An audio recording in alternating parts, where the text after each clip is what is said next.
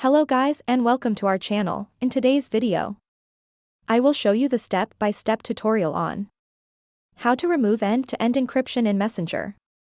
So by the end of this video, you will learn how to do them, so without further ado, let's get into it. So the first thing that we need to do is to open our Messenger app right here, and once we open our Messenger app, be minded that you won't be able to remove end-to-end encryption anymore. You're probably here because you can't see your old conversation anymore, so the only way to preserve our conversation is by having a secure storage.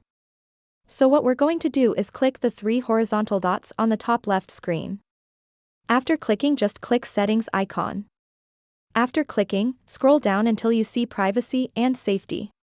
Click it, and after that click End-to-End Encrypted Chats. Click Message Storage. After that, turn on secure storage so that you won't lose your conversation anymore. After that, you are now good to go.